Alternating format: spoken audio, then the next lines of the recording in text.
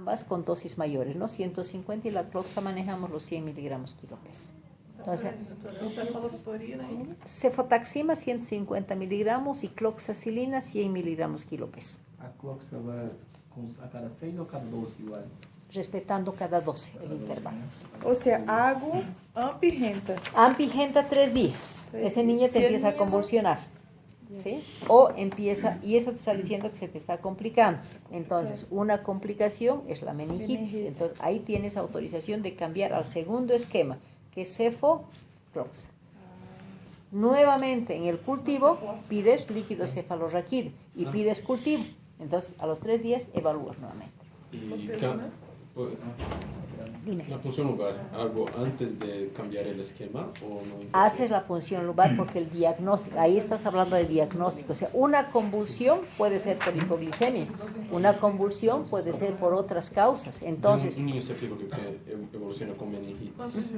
No, un niño con sepsis que presenta convulsión, es tu obligación hacer punción de líquido para obtener líquido cefalorraquídeo. Es una sospecha de ser meningitis. Claro. Entonces, le pides el líquido antes de cambiar antibiótico y solamente viendo el citoquímico y el bacteriológico del líquido cefalorraquídeo te permite cambiar directamente a cefocloxa, porque ya has visto el aspecto turbio, ya has visto la celularidad, todo ello.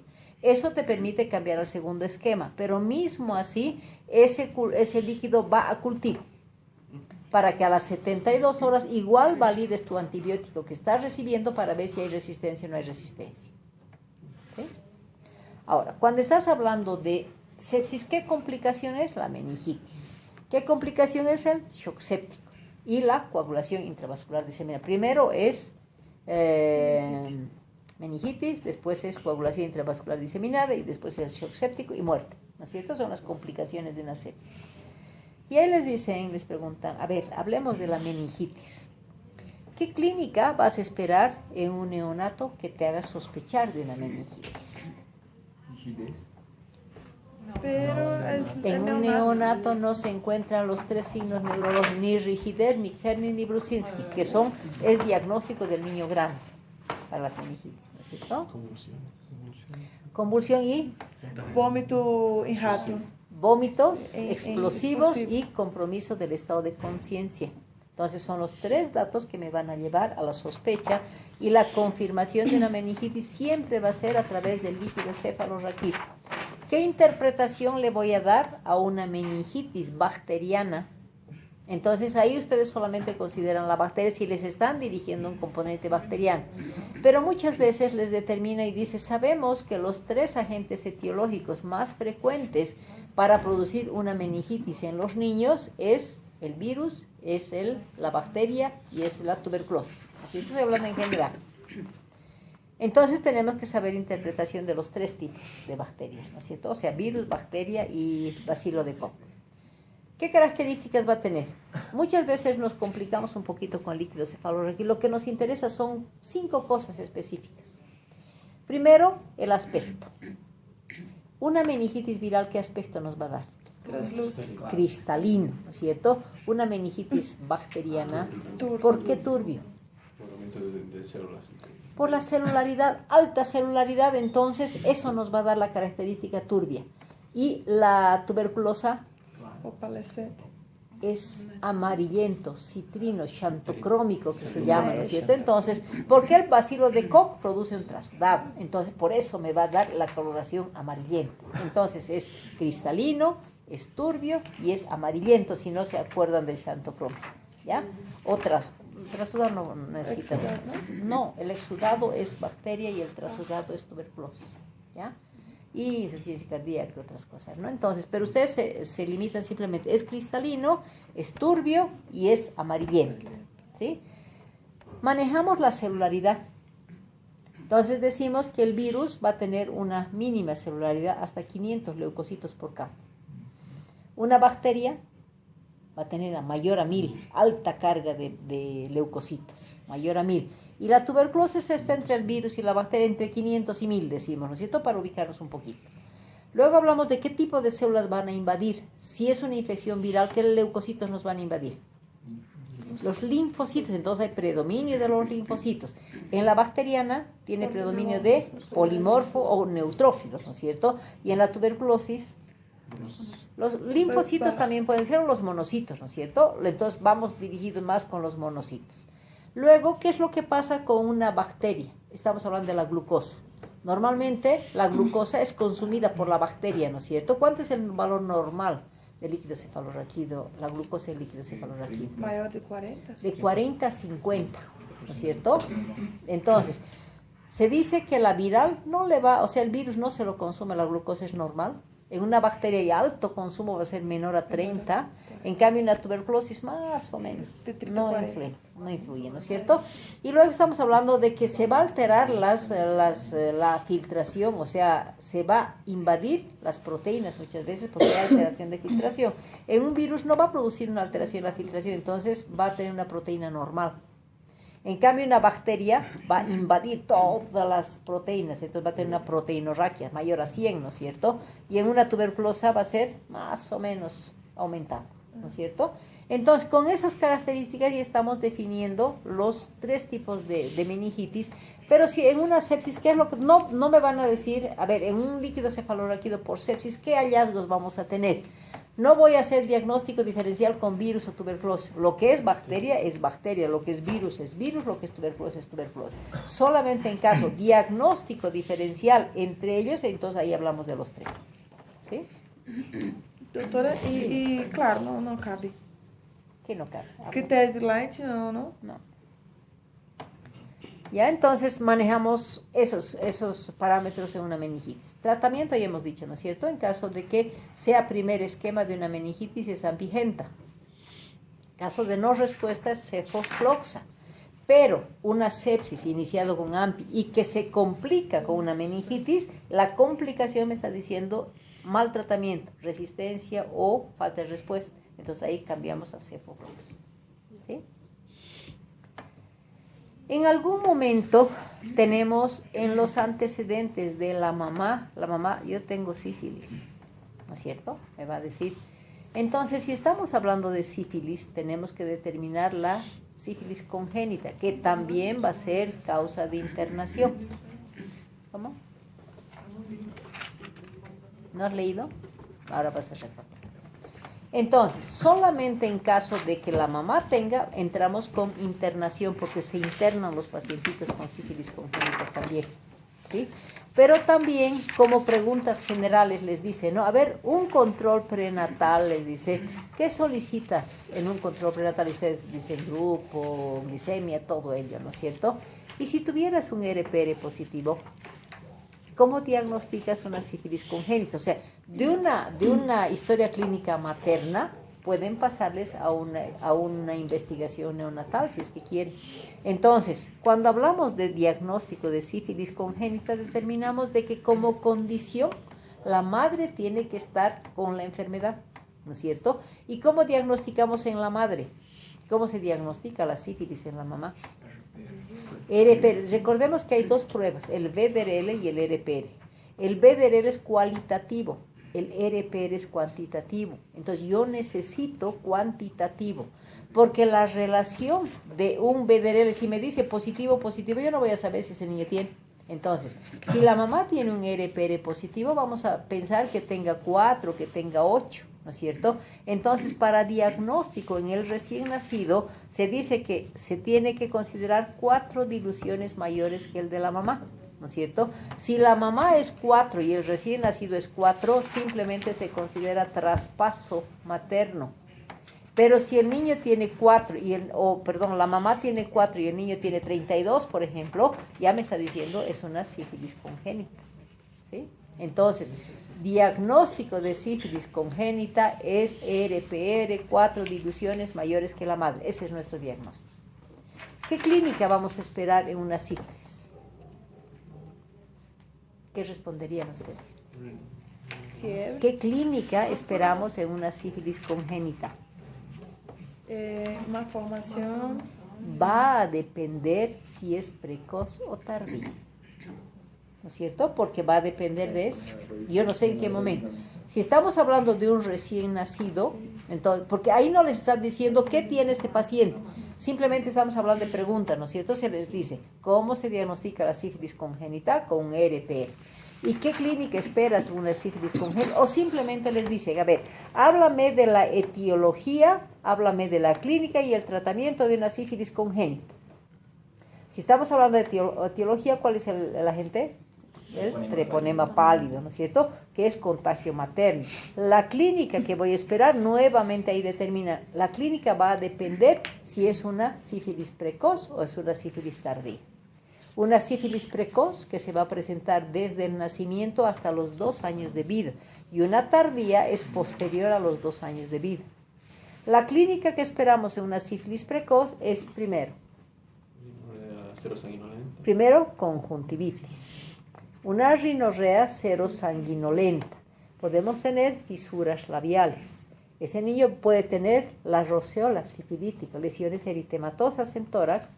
En abdomen vamos a encontrar hepato y esplenomegalia, que es el indicador de enfermedades congénitas, y luego a nivel de extremidades puede encontrar las lesiones ampollares, lo que representa el pénfigo palmar o plantar, y si ese niño tiene proceso inflamatorio a nivel de las articulaciones con dolor a la movilización, se va a determinar como la pseudoparálisis de Parrot. ¿No es cierto? Entonces estamos hablando de todas esas sintomatologías. Pero si es una tardía, voy a hablar de lesiones estructurales. Siempre recordemos de la cabeza a los pies, donde a nivel de la cabeza voy a tener una frente olímpica. A consecuencia de la conjuntivitis, me dio una queratitis intersticial. A consecuencia de la rinorrea, se consumió el hueso de la nariz, entonces me dio una nariz sencilla de montar. Afectó los oídos con una sordera neurosensorial. Luego alteró los dientes con dientes de Huntington o prominencias óseas como los malares en mora que se llaman, ¿no es cierto? ¿Y qué más da? Y va a afectar los huesos largos con disminución de la cortical, dando la imagen patognomónica de la tibia en sable, ¿no es cierto? Entonces hablamos de la diferencia de ambos. Y la complicación de estas 2 etapas se va a considerar la sífilis terciaria, que es considerada la neurosífilis, ¿no es cierto? Entonces ahí progresamos con la clínica. Hemos dicho que el diagnóstico vamos a hacer con un RPR y el tratamiento también va a depender de si es precoz y si es tardía. Si es una sífilis precoz, ¿con qué vamos a manejar? Precoz, diagnosticada después del nacimiento.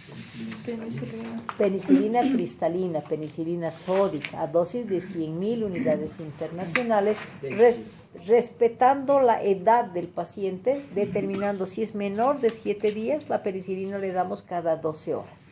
Si es mayor de 7 días, le vamos a dar respetando el intervalo de cada 6 horas, ¿no es cierto? ¿Cuánto es el tiempo? ¿Por cuánto tiempo le damos? 10 días. En este caso, el paciente puede mantenerse 5 días en el hospital internado y si se va a la casa no es indicación de procáinica ni de benzatínica. Se va con su stopper y lo mismo le aplicamos por el stopper penicilina cristalina hasta completar los 10 días. A diferencia de la tardía, ¿qué vamos a hacer la tardía mayor de 2 años? En la sífilis tardía, ¿cómo vamos a hacer? Es la lo mismo que en el adulto, ¿no? La diferencia es dosis kilopeso. ¿Cuánta es la dosis de la penicilina benzatínica? 600.000. No, dosis kilopeso. ¿Cómo? 50.000. Le vas a dar una 50.000. 50.000 unidades internacionales por kilo de peso. Y se le va a dar una dosis semanal por 3 semanas. Es lo mismo que en el adulto, no solamente que al adulto le dan 2,400, ¿no? ¿Perdón? Una por semana por 3 semanas. Entonces ahí hablamos ya de tratamiento. Hacen este esquema, doctora, que eu estava lendo justo da OMS, semana divide em esquema A, B e C. A, se a mamá tinha sífilis, se trata. Claro. B, se o bebê tem sintomas, pero líquido cefalorraquídeo claro, se trata com penicilina cristalínica. E depois com líquido cefalorraquídeo com suspeita de neurosífilis, aí outro tratamento. Claro, pero la neurosífilis es una sífilis que nunca se va a presentar inmediatamente después del nacimiento. Es una sífilis tardía, mucho más después de la tardía. Entonces, si estamos hablando de pacientes que les puede tocar a ustedes, cuando mucho va a ser una sífilis tardía, nunca va a ser una neurosífilis. Además, en un ¿Y hay hospital mucho, doctora? ¿Paciente? hay pacientes, hay internación, hay. En Sacaba hay, ¿cuántos se internan con sífilis? O sea, la época que pasé no había mucho. Pongamos en todo el año escuché hablar de unos 5 o 6. Así, porque hemos hecho un estudio en Sacabía. Una cosa que en Sacaba no respetan la norma. Toda madre positiva automáticamente es tratamiento. No consideran las 4 diluciones que es de diagnóstico. Sí, no consigo. Porque Uno ha nacido así con todos Por los eso. el péndigo, toda la clínica, uno ha nacido así. Generalmente es laboratorial el diagnóstico. No hay clínica así visual. Pero uno ha nacido. Yo no estaba más en pediatría, pero ha sido un caso así. Uy, que el niño ha Qué nacido. bonito ese pétigo así. ¿Y su hospital se interna mucho? ¿Verdad? 3, 4, tampoco no hay mucho, muchísimo. 3, 4, cada cuánto. Cada 2 meses aparece Em Brasil estava com uma porcentagem de 50% eram RPR positivos em Brasil.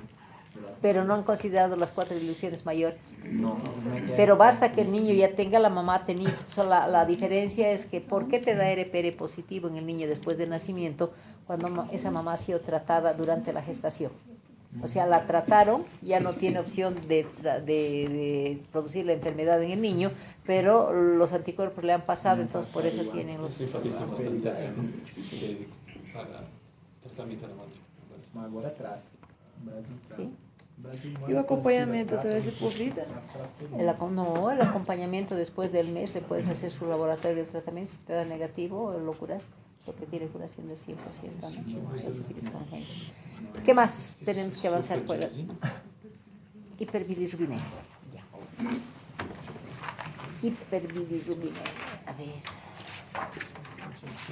La hiperbilirrubinemia es un tema de 99% en las evaluaciones. Siempre, en todos los hospitales hay, felizmente. Me gusta pediatría, pero Ictericia, ¿no? Ahora va a gustar, es bonito. Deus quiera. A ver. Cuando hablamos de ictericia, chicos, se dice que el 60% de los niños va a desarrollar ictericia. Pero ¿cuál es la diferencia? En que hay que diferenciar claramente lo que es fisiológico y lo que es patológico, ¿no es cierto? Entonces, todos los niños, bueno, en su mayoría los niños van a desarrollar ictericia porque el metabolismo de la bilirrubina se va a determinar en todos los niños. Eso es algo fisiológico, vamos a decir, del niño, ¿sí? ¿Por qué los niños desarrollan? Porque alteran su metabolismo. Entonces, el metabolismo de la bilirrubina está determinado por 2 condiciones específicas, ¿sí?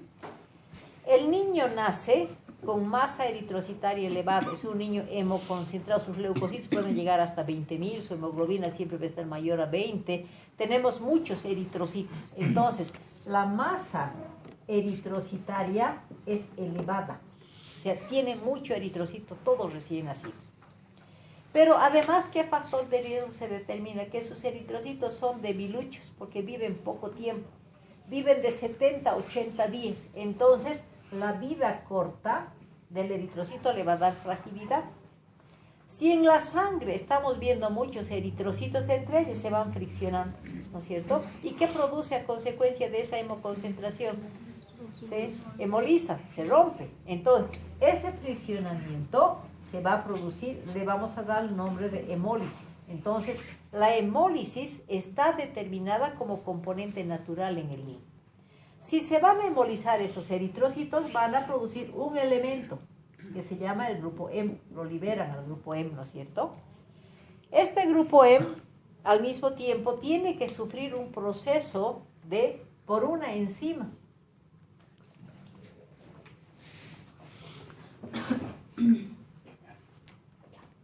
Entonces, sobre el grupo M va a actuar una enzima que se relaciona con su nombre, la hemooxigenasa, ¿no es cierto? Que por el proceso de oxidación va a convertir a otro elemento, que es la biliverdina, ¿no es cierto?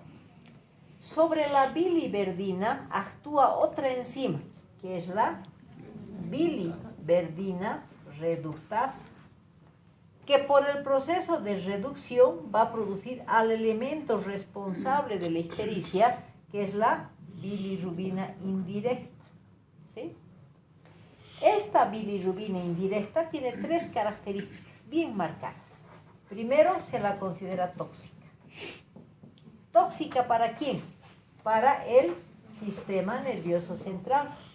Como es una micropartícula, entonces ingresa a la barrera hematoencefálica, va a tomar las neuronas y esa toma de neuronas le vamos a dar el nombre de kernígeno, ¿no es cierto? O sea, la complicación es por eso. Luego es fotosensible, por eso se maneja la fototerapia como tratamiento. Y luego es liposoluble, por eso se dispersa por todos los tejidos, ¿sí?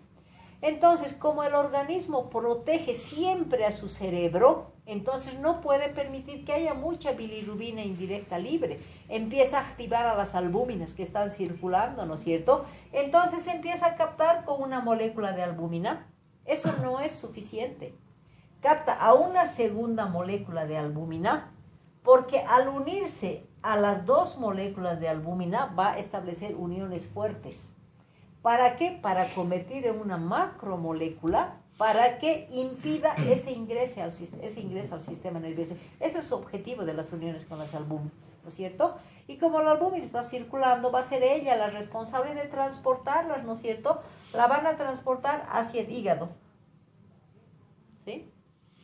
Donde como nuevamente necesitan estas albúminas para seguir captando las bilirrubinas, hay 2 elementos que van a captar esa bilirrubina, que se las van a llamar las ligandinas Y y Z, que son las responsables de introducir hacia el hepatocito, ¿no es cierto?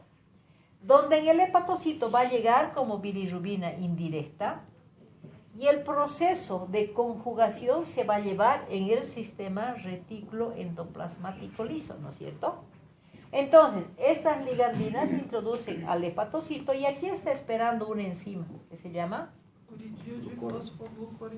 Acuérdate, glucoroniltransferasa para no complicarte, ¿sí? Entonces, está esperando la glucoroniltransferasa para que asociada a la bilirrubina indirecta va a producir el elemento que ya no es complicación, que es la bilirrubina directa.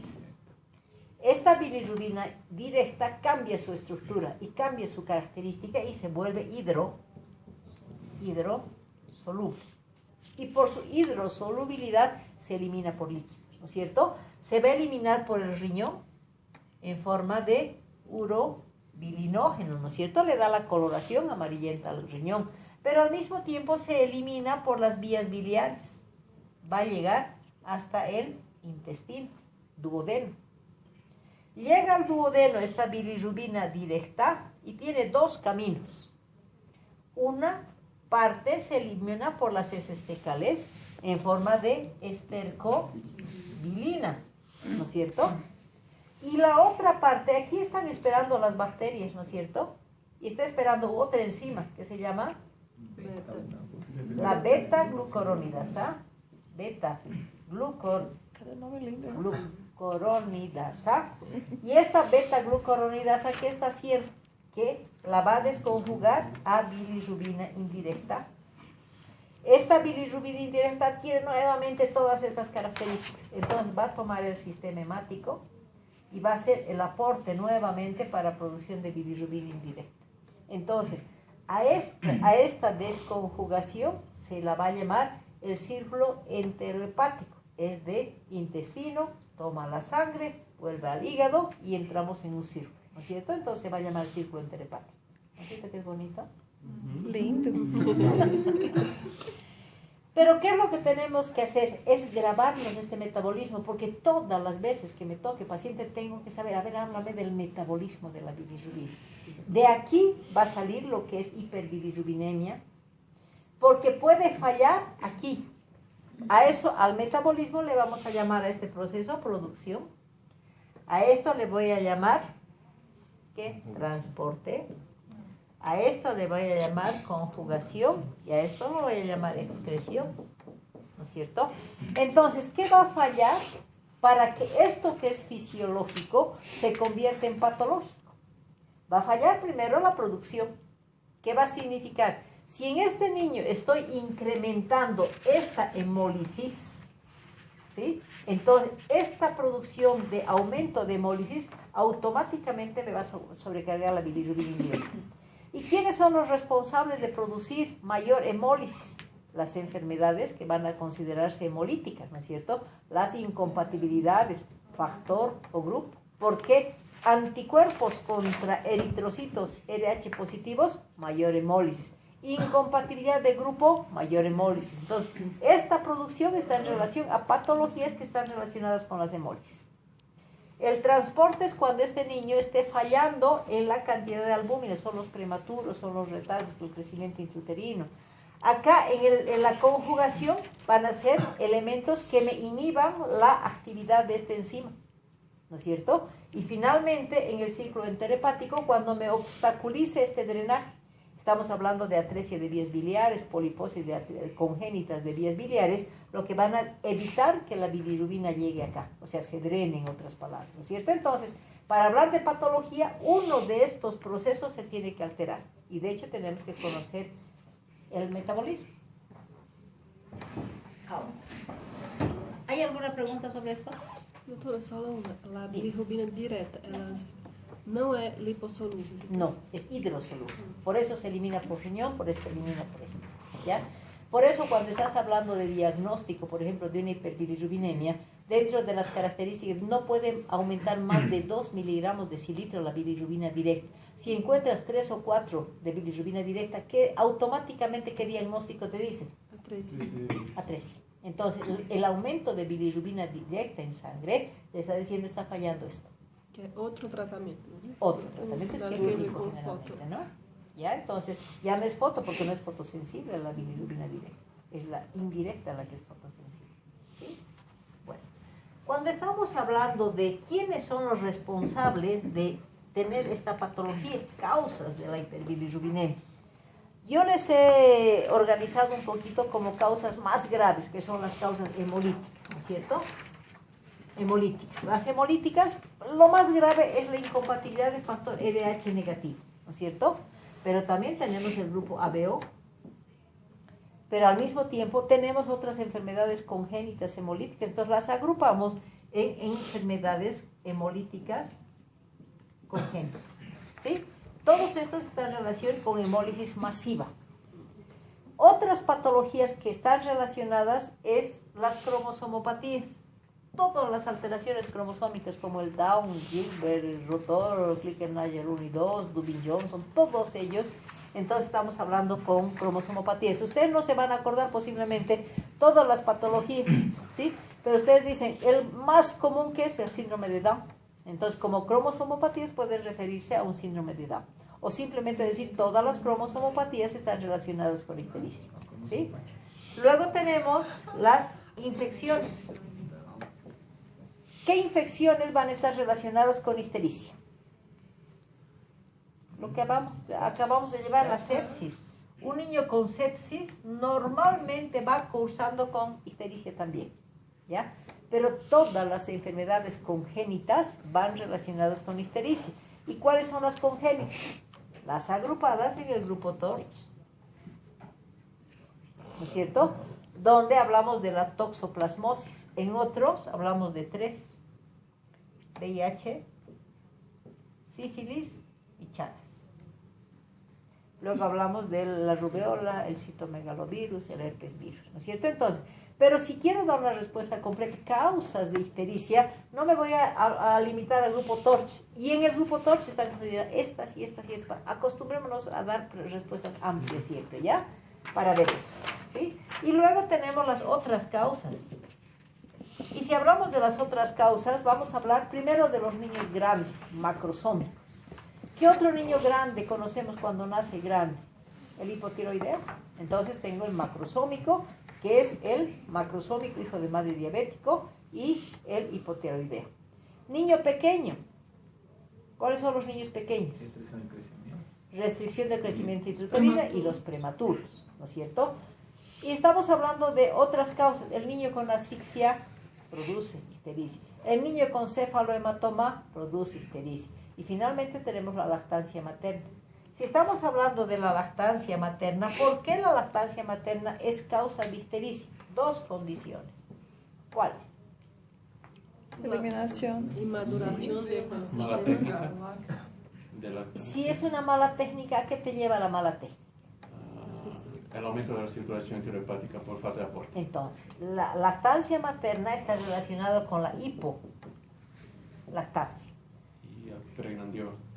Por eso, hipolactancia, y esta hipolactancia te produce acumulación de heces en el intestino y estás hablando de que no es eliminada, la mayor parte se reabsorbe. Entonces, estamos hablando del incremento del círculo enterohepático, ¿no es cierto? Enterohepático. Y otro que es el nombre completo es 3-alfa-20-beta-pregnandiol. Nos olvidamos los números, hablamos simplemente del pregnandiol. Y entonces el pregnandiol que compite con la glucuroniltransferasa y evita la conjugación, y eso nos lleva al incremento de bilirrubina indirecta, ¿no? Entonces estamos hablando de causas. Doutora, ela entra em guerra com quem? ¿La qué? La preganidiol. 3-alfa-20-beta Não, ela compete com pregnandiol. o quê? Con la glucuroniltransferasa. Ah, sim? Sí, es competitiva, si no deja que se conjugue. Entonces engaña al organismo, en otras palabras. ¿Ya? Entonces hablamos de causas. ¿Qué más tenemos que saber de ictericia? Doutor, a deficiência da R6PD entra em Pero eso es algo congénito también. corrente, não vai? Y no es tan agudo tampoco. Tampoco. No es frecuente. Es como los falsémicos también. A partir de 6 meses, recién meses. Diagnóstico. Antes de diagnóstico, ¿cómo yo diferencio? La clínica, la ictericia tendrá una clínica. La clínica está representada por la pigmentación de la piel a través de los criterios de Kramer, ¿no es cierto? Entonces, la clínica solamente es representación de pigmentación de piel, y esto está representado por las zonificaciones de Kramer. Cuando hablamos de la zonificación de Kramer, ustedes han visto los libros, está como un muñequito, ¿no es cierto? Entonces, Kramer, zona 1, cabeza, cuello, que está relacionado con una concentración aproximada. También hay rangos, nos acostumbraremos a decir cifras más únicas, vamos a decir, ¿no es cierto? Entonces, a mí me gusta describir Kramer en una pirámide. ¿Por qué? Les explico. ¿Por qué? Porque Kramer, si tiene una zona 1, 2, 3, 4 y quinta zona, ¿qué me dice? Que va aquí en la zona 1, va a tomar cabeza, cuello y va a tener 6 miligramos decilitro, ¿no es cierto? En el Kramer 2 va a tomar de cabeza a ombligo y va a tener 9 miligramos decilitro. En la zona 3 va a tener cabeza hasta rodilla y va a tener 12. La zona 4 es de cabeza a tobillo y va a tener 15. Y la zona 5 va a tener más cabeza a palmas y plantas de los pies y va a tener más 1, 16, nada más, ¿no es cierto? ¿Por qué me gusta representar esto? Porque esto me relaciona con los días de aparición. Entonces hablamos de que esta zonificación, lo fisiológico es que aparezca a las 48 a 72 horas. Por lo tanto, relacionamos que un Kramer 1 va a estar con el tercer día de vida, cuarto día, quinto día, sexto y séptimo día de vida. Y así como apareció hasta el séptimo día, me determina un pico máximo y una concentración máxima. Y al mismo tiempo va a desaparecer a los 15 días. Esto para mí es fisiológico, ¿sí? Entonces, es fisiológico porque aparece al tercer día, mi primer marcador, ¿sí? Y como estamos hablando de días y zonificación y concentración, yo le digo, aquí aparece al tercer día, ¿no es cierto? Respeta zonificación de Kramer. ¿Por qué digo respeta zonificación de Kramer? Porque está en relación al día de aparición, está en relación a la pigmentación por zonificación y tiene una concentración. Esto es fisiológico, que sigue este curso. Automáticamente, si este niño tiene 3 días y está con 15, ya rompió estructura cara, automáticamente se vuelve componente patológico, ¿ya? Entonces, por eso decimos respeta la zonificación de Kramer. Luego decimos que el incremento día, aquí puede aumentar 1 más, pero siempre va a ser menor a 5 miligramos decilitro. Que el pico máximo va a ser a los 7 días. Y la concentración máxima va a ser a 16 miligramos decilitro. ¿no es cierto? Entonces, estoy leyendo simplemente, esto para mí es fisiológico. Y desaparece a los 15 días. Entonces, aquí desaparece a los 15 días. Entonces, lo fisiológico es, aparece al tercer día, respeta esta estructura, su pico máximo 7 días, su concentración máximo 6 días, que aparece nunca más de 5 y que desaparece al 15º día, ¿no es cierto? Y lo patológico automáticamente es todo lo contrario, ¿no es cierto? Entonces vamos al rango patológico y decimos, si apareció al tercer día, puede aparecer hasta las 48 horas, pero nunca puede aparecer a las 24 horas. Entonces aquí aparece a las 24 horas. Aquí decimos que no respeta zonificación de Kramer. ¿Por qué? Porque si estoy con una zona 1, no puedo tener 12 miligramos. No puedo tener un Kramer 2, o sea, no puedo tener un Kramer 4, por ejemplo, en su cuarto día de vida. O sea, relación día, relación zonificación y relación concentración. Entonces, si rompe esa estructura, automáticamente se considera como patológica. Su incremento es mayor a 5 miligramos día. El pico máximo va a ser menor al 7º día. Su incremento va a ser mayor a 16, por lo tanto va a ser mayor a 17 miligramos decilitro. Y su tiempo no va a ser 15 días, puede ser mayor a 15 días. Puede durar 20, 30 días, ¿ya? Entonces, esto me permite diferenciar lo que es fisiológico y lo que es patológico. Y todo eso sale en base a esto. Doutora, então, se uma bancada me pergunta, doutora, qual é a diferença entre a fisiológica e a patológica, todo isto eu lo hablo. Tú te acuerdas de esto de aquí arriba y hablas esto y hablas esto. También desespero. Também. Me da desespero ya. ¿Por qué? É muita coisa, doutora. E sempre No puedo pergunta. pasar bien. Chao, muchas gracias. Hasta el próximo año. Sempre pergunta. Sí, entonces manejamos esto, ¿no es cierto? Van a ver cómo el día de su evaluación ustedes mismos se van a tranquilizar. Va a haber un poco de nervios, pero si ustedes tienen seguridad en sus conocimientos, les va a ir bien. Este es el problema. No, es que no pueden ponerse nerviosos. Llega la hora, como un amigo que ha dado el miércoles, ha dicho que ha hecho eso, y sabe así, y le blanqueó todo. O sea, pero não foi. y el que no sabe, y blanquea más todavía. Não bloqueia, não sabe? No sabe. Não, pero assim, está muita bem informação, resumido, bem Es que no es así. definido. ¿Saben cuál es el problema? Que todo esto, yo tengo la seguridad que en la facultad les han dado. Tengo la seguridad que les han dado. ¿Han estudiado? De memoria nomás, Tudo. creo que casi todas las universidades nos cobran de memoria. Pero es que no es memoria, es cuestión de saber las cosas. Si ustedes hubieran estudiado bien en la facultad, ahorita estarían tranquilos. Si hubieran estudiado en el internado, estarían tranquilos, pero no estudian. O sea, estudiam parcialmente. Recién ahora los vê estudiar. Ahora sim se estão Doutora, sabe o que passa também? Que passa? Não sei, a minha casa também. Que nem há tempo que eu terminei na universidade, aí tenho que parar por uns problemas e me faltou a prática. Praticar, seguir praticando. Então, creio que quando vemos em la universidade e não miramos todos os dias com uma certa consequência, Como a queda a olvidar un poquito. Sabemos o que es, pero no sabemos decir.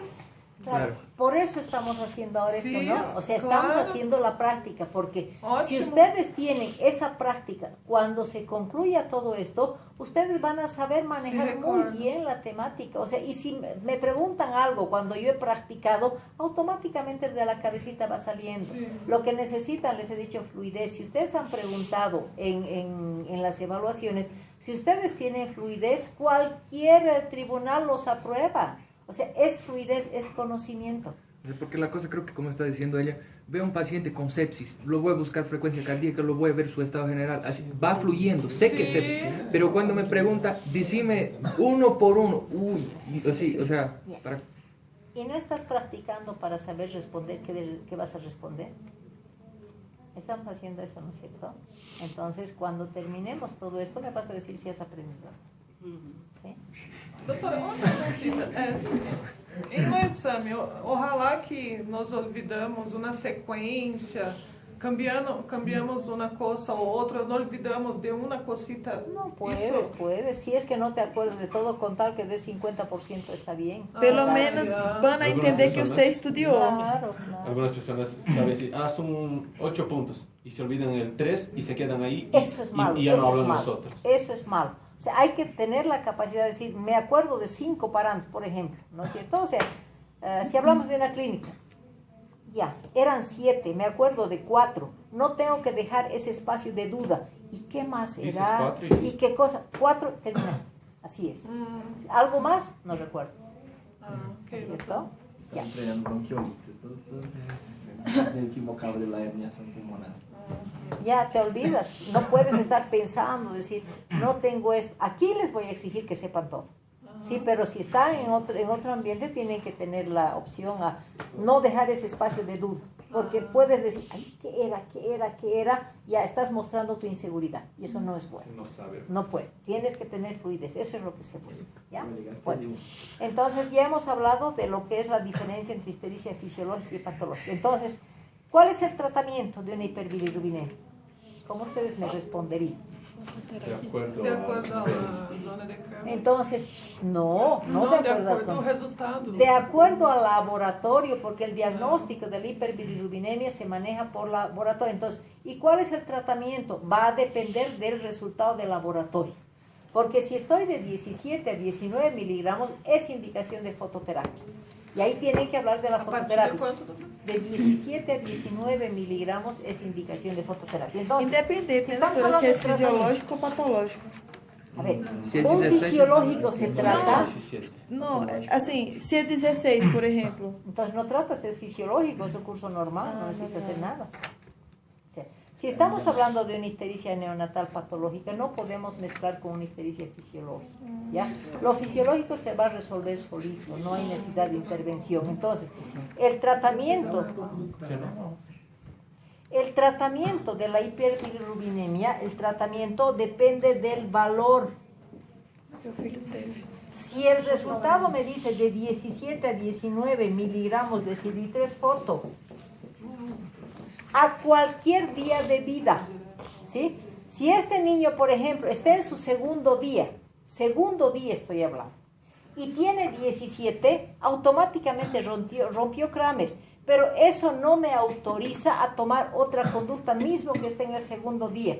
O sea, el valor de 17 a 19 es indicación de fototerapia independiente del día. Porque si ese niño tiene una incompatibilidad de factor RH, por ejemplo, no se va a quedar en 19, me va a subir a 25, me va a subir a 30, ¿no es cierto? Entonces, lo que yo no puedo permitir es esto. Entonces, mi resultado de 17 a 19 es foto. Y ahí les permite, y la fototerapia consiste en utilizar equipos con focos infraazules, infraverdes, focos blancos.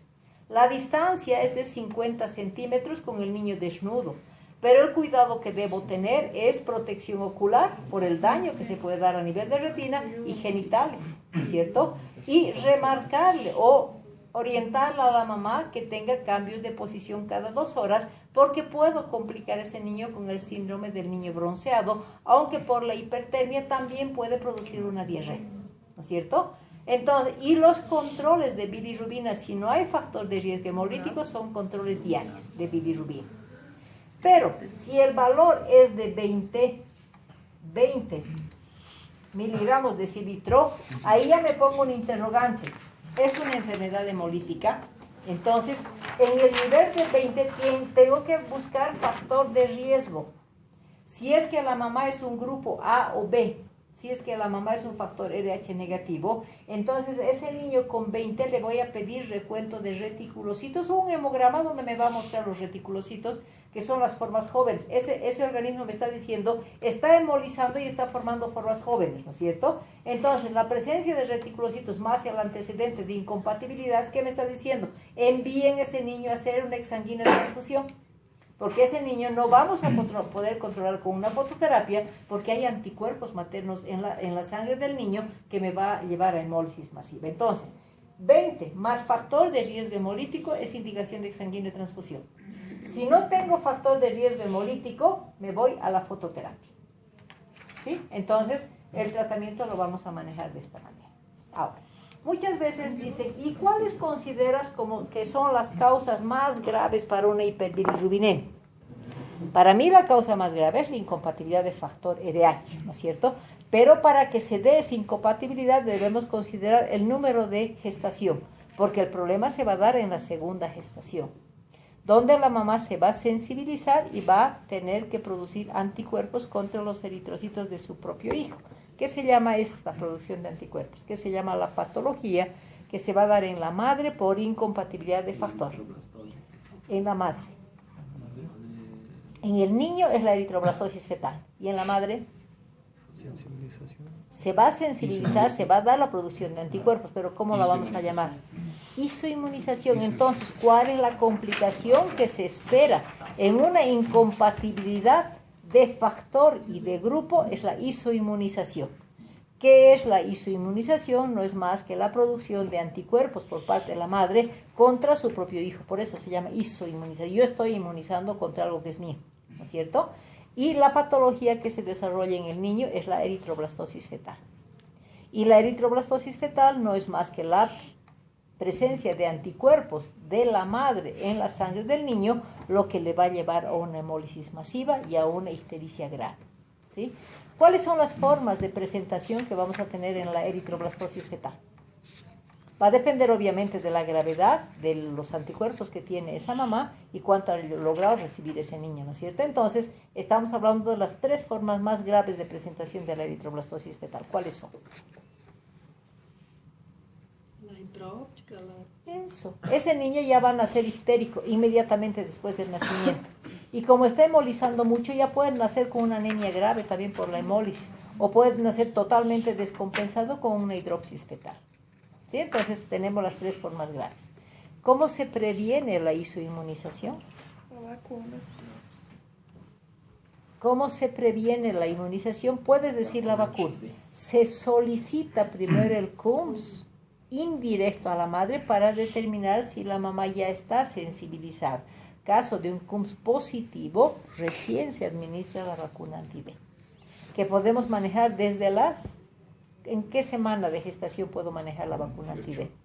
Entre las 28 y 34 semanas, ¿no es cierto? Que vamos a poner la vacuna anti-B para evitar la producción de más anticuerpos. Pero si esa mamá no es captada durante la gestación y se la capta en el trabajo de parto, tengo hasta 72 horas post nacimiento para aplicar la vacuna. ¿Y en el niño vamos a vacunar? ¿Podemos vacunar si tenemos un CUMS directo positivo en el niño? No, doutora, ¿Por qué no? da madre, não? ¿Por qué no? Porque não vene, porque o ninho nasceu e ele recebia su anticorpo da madre. Aí Sí. rompido o cordão, então já não está mais recebendo. Ya, está bien. Entonces no recibe la vacuna el niño porque el niño no es productor de anticuerpos, es receptor, ¿no es cierto? Y la vacuna está evitando la producción. Entonces la madre es productora, el niño es receptor, entonces la vacuna no se aplica en el niño. Entonces a veces hay pequeñas trampitas que se ponen entonces, y se vacuna, no, ¿por qué? Porque el niño es receptor, no es productor, entonces no se vacuna en el niño mismo con un CUMS positivo. Doutor, e a vacuna é só quando está em segundo embaraço ou pode ser após el parto Es del primer? del primero, o sea, más bien es obligatorio poner, si demuestras que el niño es positivo y la mamá es negativa, en el primer embarazo después del nacimiento tienes que poner la vacuna, porque lo estás protegiendo a ese niño para el segundo embarazo, o a la mamá para el segundo embarazo. E doutora, esta vacuna após as 72 horas, após o nascimento, só se dá se não é vacunado entre as 28 e 34, não é? Cualquier madre sensibilizada. Por eso, si es que diagnostican, no hacen la aplicación en el embarazo, pueden aplicar ya Hasta las post-nacimiento, 72. hasta las 72 horas, ¿no? Y en el niño simplemente hay que vigilar que ese niño no tenga una hiperbilirrubinemia, porque el peligro es el kernícteros, y el kernícteros no es más que la impregnación del sistema nervioso central, que nos va a dar una clínica que cuando esté impregnando ese niño va a estar irritable, va a estar con llanto, incluso puede presentarnos a convulsiones. Y cuando ya tomó el sistema nervioso central va a estar hipoactivo, letárgico, y la complicación es el retardo de la motricidad que puede desarrollar, ¿no? No se Estão puede perguntando producir muito sobre Kernicter. Por eso. Eso. Hay más de conferencia de los cistopatológicos. ¿Perdón? es histopatológico del Kernicterus. El diagnóstico, claro, claro. Sempre pergunto em grado a diferença da encefalopatia bilirrubínica del Kernicterus. Ya. La encefalopatía por bilirrubina es el proceso de impregnación de la bilirrubina del sistema nervioso central. Ese es el proceso. El Kernicterus es ya la impregnación del sistema nervioso central produciendo el daño cerebral. Esa es la diferencia. El Kernicterus ya está establecido, ya hay toma, ya hay daño. En cambio, la encefalopatía es el proceso en que se está impregnando. Por eso se dice que todo niño con 20 miligramos tenemos que hacer seguimiento. Nunca permitamos que llegue a 25. Y todo niño que ha llegado a 25 automáticamente ya ha determinado impregnación en diferentes grados. ¿No? Y no hay más solución.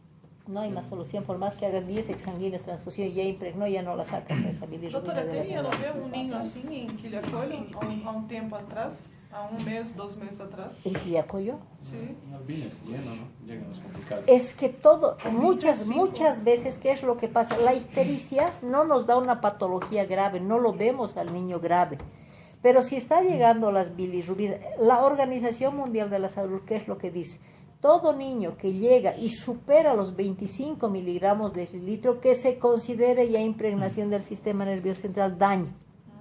Entonces, muchas veces no es incompatibilidad de grupo, no es incompatibilidad de factor, pero hemos dicho que hay un montón de causas que pueden desarrollar.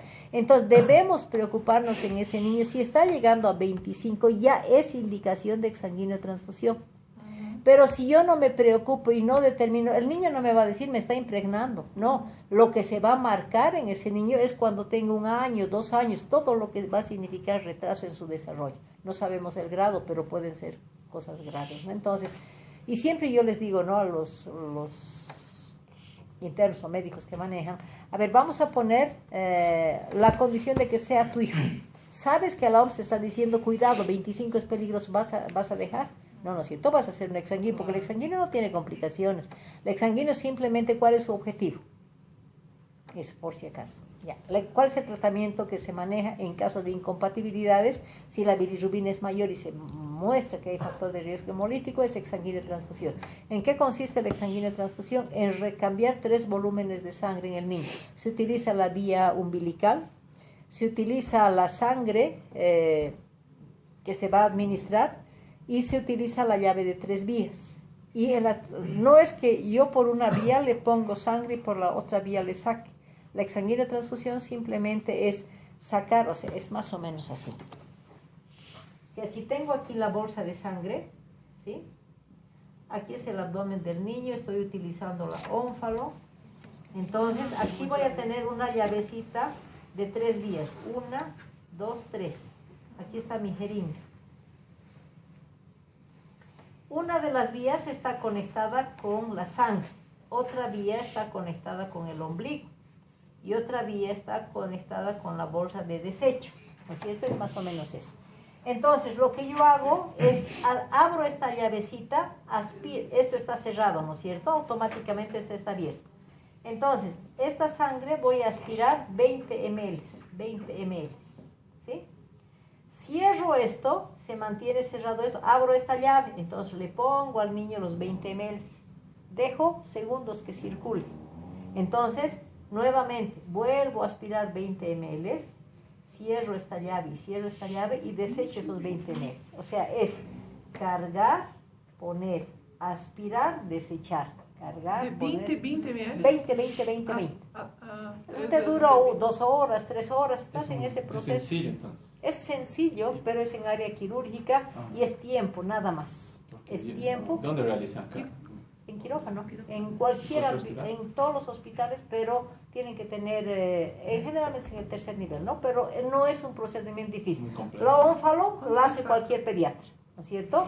Lo que hacen es considerar la unidad de sangre, nada más. Entonces, este procedimiento, como se entra a vía central, por eso es un medio totalmente estéril. Pero después no hay mayor complicación, porque es meter, sacar y no es mayor Doutora, problema. e quanto se põe ao todo? ¿Perdón? Quanto se põe ao todo Son- de sangre? Como todo. ¿Cuánto se pone ao todo? Aproximadamente se considera 3 bolemias del niño. Por ejemplo, más o menos un niño de 3 kilos tendrá unos 80, 90 ml que se hace el cambio. Entonces manejas 8 por 3, 24, son 240 ml. Entonces solamente metes 240 ml. Son 80 ml que se considera por bolemia. Y esos 80 se multiplica por 3, porque son 3 bolemias. Entonces son 240 ml que le sacas al niño y le pones 200, pero así poquito, sacando. Como la sangre está circulando, entonces de 20 hasta lo completar los hasta 280. completar, exactamente. Lo mismo para sacar. Lo mismo. 20 metes, 20 sacas. Ai, que legal. ¿Sí? No es complicado. En el diagnóstico coloco... En el diagnóstico. Ya, vamos a la historia todavía. Entonces ya sabemos lo que es la ictericia, ¿no es cierto? ¿Qué voy a poner en mi historia clínica si estamos hablando de ictericia? Mi motivo de consulta, ¿cuál va a ser? Piel amarilla. Piel amarilla. Pero ¿qué es lo que pasa muchas veces? Que la mamá ni cuenta se ha dado que tiene piel amarilla. Va a la consulta a su control. Como todos los hospitales llaman al 3er o 4er día para su control, yo lo he llevado al control y han decidido su internación, les dicen sus mamás, ¿no es cierto? Entonces, ustedes no pueden, ¿a qué has venido al hospital? A controlcito, me lo han llamado, a control niño sano. Ustedes no pueden poner control niño sano como motivo de consulta porque su problema es piel amarilla. No importa que la mamá me diga control niño sano, pero tú nunca te diste cuenta que sus ojitos están así un poquito hace 2 días. Entonces, ojos amarillos. En la enfermedad actual, ustedes desde mi madre refiere que hace 2 días presenta ojos amarillos. No pueden ponerme que con zonificación de Kramer en su anamnesis, simplemente determinan la coloración amarillenta de piel. Pueden poner con carácter progresivo, pueden poner, pero no pueden poner que tomó la cabeza, tomó el tórax, tomó las extremidades, que se han visto ese tipo de errores. Entonces, la enfermedad actual simplemente madre refiere que su hijo presenta ojos amarillos hace 2 días. Con cuadro que fue progresando, ¿no es cierto? Madre indica que no refiere a alzas térmicas. ¿Por qué es importante poner no alzas térmicas? Porque hemos dicho causa infección. Refiere buena lactancia, porque estoy descartando el kernícteros, ¿no es cierto? Entonces refiere buena lactancia. No pongo más nada. Pero lo que no me puede faltar es en la enfermedad o en los antecedentes, si es prematuro, si es retardo, si es macrosómico, o si ese niño ha llorado tardíamente, porque la asfixia hemos dicho que es causa, la macrosomía, la prematurez, el retardo son causas. Entonces ya empiezo a buscar las causas porque me van a preguntar y me van a decir, ¿y cuál es la causa que tú consideras para que este niño desarrolle una ictericia? Si usted dice por qué ha nacido prematuro, por qué ha nacido macrosómico, por qué ha tenido infecciones. En mi enfermedad actual puedo colocar disminución de lactancia como causa y no como indicador de kernícteros. No, madre refiere que que no está lactando adecuadamente o disminución en la lactancia, ¿no es cierto? Eso es decir, alguna patología está relacionada, por eso no está lactando bien. O si estás hablando no está lactando bien, ciclo enterhepático está aumentando. Entonces, ahí tienes obligación de preguntar las deposiciones. ¿Y cuántas veces está haciendo sus deposiciones? Ay, no está haciendo hace 2 días. Pues no, normal. Entonces, ¿perdón? No, normal de las deposiciones. Las deposiciones son de 3 a 5 por día. ¿Ya? Pero si te dice hace 2 días, si te dice no está haciendo, ¿cuál es tu causa de ictericia? A ver, ya has buscado una causa. Porque me acuerdo todo lo que le decía a la mamá, así que cada vez que toma tiene que hacer, pero hay niños que están días sin hacer. Y exactamente. Entonces, esa falta de eliminación es una de tus causas. Incremento del círculo enterhepático. ¿Ya? Ahora, en antecedentes de la mamá, ¿qué es lo que me preocupa? Lo grave es la incompatibilidad que hemos dicho, ¿no es cierto? Entonces, tengo obligación de poner en antecedente familiar madre de 25 años viva, aparentemente sana, con grupo 0 RH positivo, por ejemplo. ¿De dónde voy a sacar ese dato? La mamá no va a saber. El CLAP, entonces, en una hiperbilirrubinemia tengo que pedir el CLAP porque tengo obligación de poner grupo. Porque si yo no pongo y voy a decir las causas más graves son ictericia, ¿y dónde está en tu historia clínica la narración del grupo de la madre? ¿No es cierto? Entonces, en los antecedentes familiares tengo obligación de poner. ¿Perdón? Si no está la madre. Entonces tú pones, madre no porta carnet. Entonces yo no sé el grupo de la mamá. O sea, grupo no sabe referir, no porta carnet. Entonces ahí tú has dicho, he preguntado, pero no me ha avisado. Entonces, no, ahí no eres culpable en realidad, ¿no es cierto? Cuando hablamos del examen físico, en el examen físico, aunque el niño esté con un Kramer 3-4, no puedo ir redundando en tórax ictericia, en abdomen ictericia. Simplemente en piel. En piel, dicen ustedes, turgor y elasticidad conservada con presencia de tinte ictérico compatible con Kramer 3, 4, 5. Entonces, ahí solamente. En ojos no pueden poner conjuntivas rosadas, ¿no es cierto? Porque es un Kramer 1, conjuntivas ictéricas, escleras ictéricas. Cuando estamos hablando de boca,